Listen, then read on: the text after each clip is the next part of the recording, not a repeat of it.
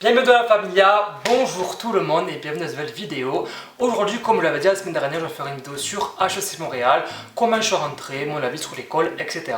Parce qu'il faut savoir que je suis à HEC depuis le mois d'août 2019 parce que oui, ma rentrée est au mois d'août, j'ai pu vivre un peu cette année chaotique avec le coronavirus, mais je peux quand même donner mon avis sur l'apprentissage, sur la vie étudiante là-bas, etc. Et je te laisse avec la suite de la vidéo, let's go. Comme vous pouvez le voir, il n'y a pas beaucoup de lumière parce qu'il fait actuellement 35 degrés, du coup je peux pas ouvrir les volets sinon je vais cramer parce que je suis sous les combles.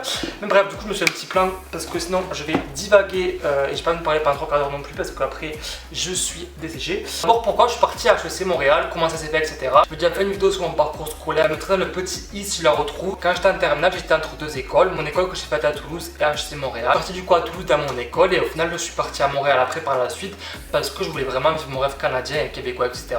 Et du coup je suis parti à HEC Montréal pour étudier là-bas et vivre mon rêve canadien. Ça fait 2 fois que je dis la même chose. Voilà, donc je suis parti là-bas au mois d'août, je suis parti le 13 août, d'ailleurs je vous ai fait une story time sur mon arrivée là-bas. Je suis parti là-bas parce qu'en fait HEC c'est quoi? C'est une école de commerce, donc haute études commerciales, donc ça veut dire HEC. En fait, c'est une école de gestion au Canada. Ça coûte beaucoup moins cher qu'une école de commerce en France. C'est pour ça aussi que je suis parti là-bas et que je n'ai pas continué dans mon école pour aussi l'aspect financier et avoir un diplôme qui soit peut-être un peu mieux reconnu que les écoles françaises post-bac. Du coup, qu'est-ce qu'on fait à HEC? Comment ça se passe et tout? Il faut savoir que au Canada, la licence, ça s'appelle le baccalauréat, enfin bachelor comme en anglais, mais du coup, nous on appelle ça baccalauréat.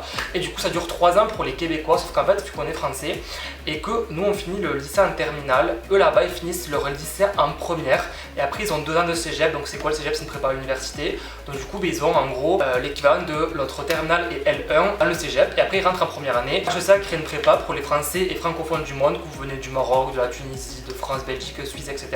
Il y a la prépa qui est disponible et qui est obligatoire lorsque vous voulez rentrer après votre bac français. Et si vous avez fait une prépa de 1 ou 2 ans, ça, mais que vous pouvez rentrer en première année. La prépa sert à ça, c'est vraiment à ce que nous ayons les mêmes capacités que les Québécois, qu'on n'arrive pas dans un cours qu'on nous parle de compta sans qu'on ait vu ce que la compta. Donc qu'est-ce qu'on fait à HEC en prépa? Parce que du coup moi je fais plein de prépa pour le moment, donc je parlais de la prépa. Donc en prépa, donc en fait on a 2 semestres, automne et hiver, et été pour certains, parce qu'en gros au semestre d'été c'est un peu genre les rattrapages. L'été on peut prendre des cours aussi l'été. Le cœur de la prépa d'HEC c'est les maths. Et les maths ça correspond à 3 matières. Donc on a calcul différentiel qui se fait sur un demi-semestre. Donc en gros on a 6 heures de maths par semaine pendant 2 mois et demi. C'est grave intensif, c'est grave chaud parce qu'en fait moi j'ai fait une école de commerce l'an dernier et du coup j'avais pas forcément fait de maths l'an dernier et j'étais grave perdu au début et du coup je rattrapé au taquet mon retard et je passais beaucoup de temps à faire des maths. Après on a eu aussi algèbre linéaire, donc c'est tout ce qui est vecteur, tout ce qui est matrice, etc. Et calcul différentiel c'est tout ce qui est dérivé, mais pas dérivé, pas les petits dérivés qu'on fait en ES, c'est vraiment genre les dérivés avec sinus, cosinus, tangente, etc. Après au premier semestre du coup nous on avait histoire du Québec parce que on va dans un nouveau pays, on connaît pas la culture, on connaît pas ce qui s'est passé, mais du coup c'est pour qu'on apprenne à savoir l'histoire du pays, comment c'est passé avant. Ça aussi ça se fait sur un demi-semestre, c'est rapide un peu, c'est vraiment genre des cours généralistes pour en savoir un peu plus sur la culture québécoise et mieux s'insérer par la suite. Mon ordi est en train de prendre feu, on va le fermer. Hop. Après on avait un cours de langue obligatoire, donc c'était anglais ou espagnol, ou français il me semble qu'il y avait aussi qui était disponible. Et en gros il y a des niveaux, en gros il y a niveau 1, 2, 3, 4, 5, je crois et 6 même en anglais. En gros en première année on a un choix à faire de cheminement, donc français, français-anglais, français-anglais-espagnol et AHR, donc c'est français-anglais en pratique.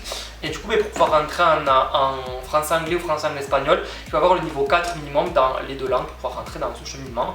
Bref, du coup moi j'ai fait espagnol le premier semestre, ouais c'était grave bien aussi, et moi l'espagnol c'est toute ma vie donc en soi, du coup j'étais grave content. On avait un cours qui s'appelait compétences clés appliquées en gestion je crois, donc en gros c'était pour apprendre à travailler en groupe, savoir quel type de personnalité, faire les tests un peu psychologiques, enfin pas psychologiques mais je sais pas comment ça s'appelle, les tests de personnalité, pour savoir qui on était, comment on travaillait, etc. On a dû faire un projet de classe. Après on avait un cours qui s'appelait atelier de gestion, mais en gros c'était pas juste de la gestion, c'était plus de l'apprentissage de soi, où en gros on apprenait à se connaître, mais aussi apprendre à gérer notre temps, notre motivation, le stress, nos émotions, l'organisation aussi. Et du coup c'était grave intéressant parce que ça permet des personnes qui avaient des problèmes dans ce sens là, moi c'était le stress, avoir des outils, avoir des cours sur comment gérer ça, parce que je sais qu'on a toujours dit au lycée, oui il faut être organisé, il faut savoir faire ça. On n'a jamais appris comment s'organiser, à part nous faire faire, on n'a pas du temps, parce qu'il y a plein de techniques d'organisation, de gestion du temps, etc. qu'on voit pas forcément en cours et qui sont super intéressantes, qui apprennent à s'organiser. Je fais le tour des matières qu'on a au premier semestre. semestre. Dans tous les cas, si tu oublies quelque chose, il y a tout dans la barre d'infos. Au deuxième semestre, qu'on a eu, c'est qu'on a eu donc des options à choisir. Donc on avait un tronc commun de 3 cours. On avait monde des affaires, donc c'était un peu apprendre à connaître du monde des affaires, de la culture québécoise, comment ça se passe au Québec, en Amérique du Nord. Outils de productivité, donc c'était informatique, tout ce qui est Word, Excel, PowerPoint et Outlook, qui est hyper compliqué. Et moi vraiment l'informatique c'est pas du tout mon truc. On avait calcul intégral, donc on avait 1h30 chaque semaine de l'intégrale sur pareil des fonctions usuelles, des fonctions trigonométriques, etc. On avait un gros plein d'options, donc il y a compta, éco, statistiques, non probabilité pardon. Il y avait langue, histoire du Québec. Et je sais plus ce qu'il y avait, il y en avait une autre aussi, mais je sais plus ce que c'est. Et du coup, moi j'avais choisi compta. Ah oui, atelier de gestion 2, c'est ce que j'ai pris aussi. C'est en gros, là on a appris à faire des CV, des lettres de motivation, à connaître ce qu'on voulait faire plus tard, à se renseigner sur notre orientation à HEC.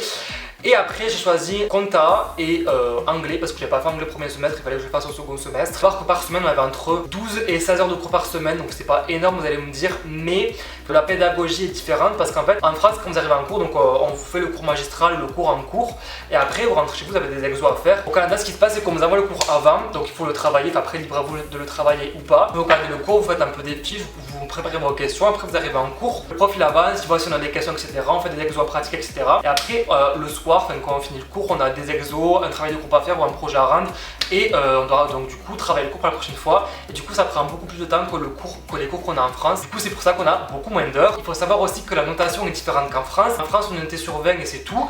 Là-bas, alors comment vous dire que moi j'ai mis un semestre à comprendre comment ça marche la notation parce que pour passer la prépa, en gros il faut avoir B- de moyenne, c'est noté de A+ à E, donc ça équivaut à 2.7 sur 4.2 et ça équivaut je crois, à 13-14 en gros pour passer la prépa. Quand on notait les exos, enfin les devoirs etc, soit en pourcentage, donc du coup il y a des trucs qui coûtent 10%, 20%, 50%. Donc après on transfère en lettres, je sais pas, imaginons que vous avez genre 10, ça équivaut je crois à C+ ou C-, je sais plus, donc ça équivaut à ça. Et après ce C- il équivaut à un score sur 4.2 qui est votre GPA, donc votre moyenne générale. Donc voilà, donc pour passer la prépa, on va avoir 2.7 sur 4.2. Donc du coup, comment ça se passe à HEC? L'aspect hors scolaire, entre guillemets extrascolaire. En fait, il y a plusieurs choses qui sont mises en place à HEC pour nous faire rester sur le campus. Tout d'abord, tous les jeudis de 4h à 7h, nous avons des soirées qui sont organisées toutes les semaines, à part bien sûr quand il y a le Covid, et là jusqu'à janvier c'est plus organisé, où en gros il y a chaque association de l'école qui organise du coup une soirée en fin de journée pour relâcher la pression. Puis c'est le jeudi, donc le vendredi il n'y a pas grand monde qui a cours il me semble, donc du coup voilà, puis ça finit à 7h, donc en soi après vous pouvez aller dormir, travailler au cours etc. Et du coup en fait c'est organisé par des associations, donc les associations étudiantes elles sont hyper développées à HEC dans le sens où il y a des associations de tout, vraiment de tout, de photographie, de DJ, de danse, d'entrepreneuriat, d'économie, de finance, de vraiment il y a tout. Moi c'est comme un peu des entreprises où il y a des projets qui sont mis en place et ça permet d'avoir une première expérience professionnelle sur le monde du travail, même si c'est pas rémunéré, c'est du bénévolat. On apprend beaucoup. Moi je sais que j'étais dans 3 associations cette année, j'étais vice-président en communication, donc je m'occupais de la communication d'une association. J'ai été chargé de communication dans une association aussi, donc pareil je m'occupais de la communication pour un projet.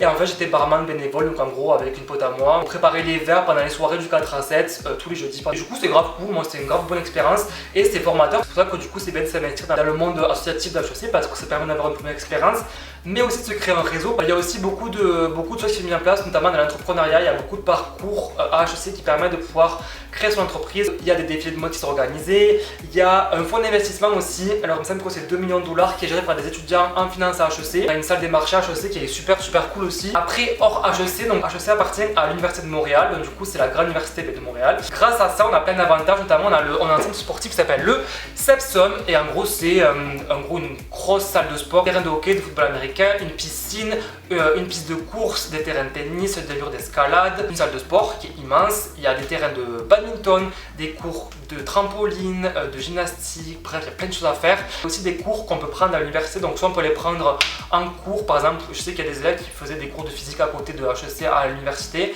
mais aussi des cours du soir, du style moi je faisais des cours de musique je sais à l'université et c'est nettement moins cher que prendre des cours en extérieur. Du coup voilà un peu mon expérience à HEC. Là on va passer du coup à comment rentrer à HEC. Donc pour rentrer c'est facile, il faut avoir son bac français du coup pour rentrer en prépa, mention bien ou très bien, ES ou S, spécialité maths ou éco. Et si vous voulez rentrer en première année, il faut passer du coup par la prépa français, donc des CPGE. Vous pouvez rentrer soit après la prépa, soit après la première année, il me semble, il faut avoir des bonnes notes en maths et après vous pouvez rentrer facilement. Du coup voilà, donc c'était à peu près tout sur HEC Montréal.